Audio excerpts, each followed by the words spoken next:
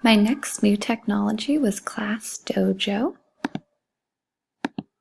I chose ClassDojo because it's a fun and interactive resource for tracking student behavior. And then on the teacher side, it's great because you can see student behavior over time and you can communicate with parents. My goal for ClassDojo is for students to interact with and to understand why they earn positive and negative points on ClassDojo.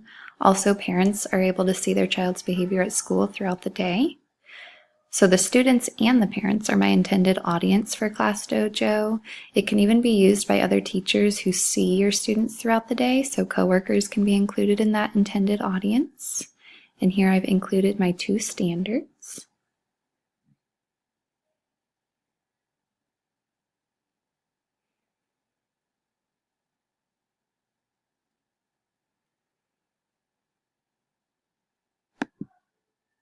So here is my class on ClassDojo.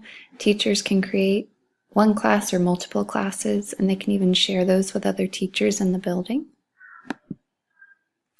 Teachers can see each student on their class page. There's a spot where they can also see how many points the whole class has collectively earned.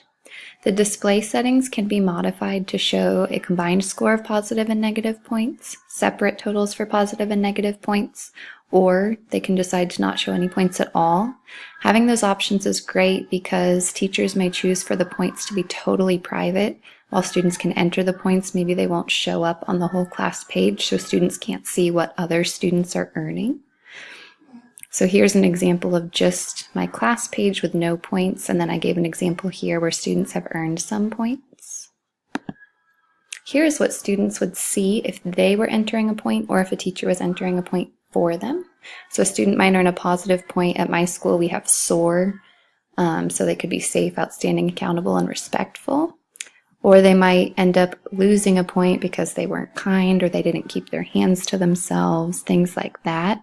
Students can enter these points themselves on a computer, a tablet, a phone, or the teacher can enter it.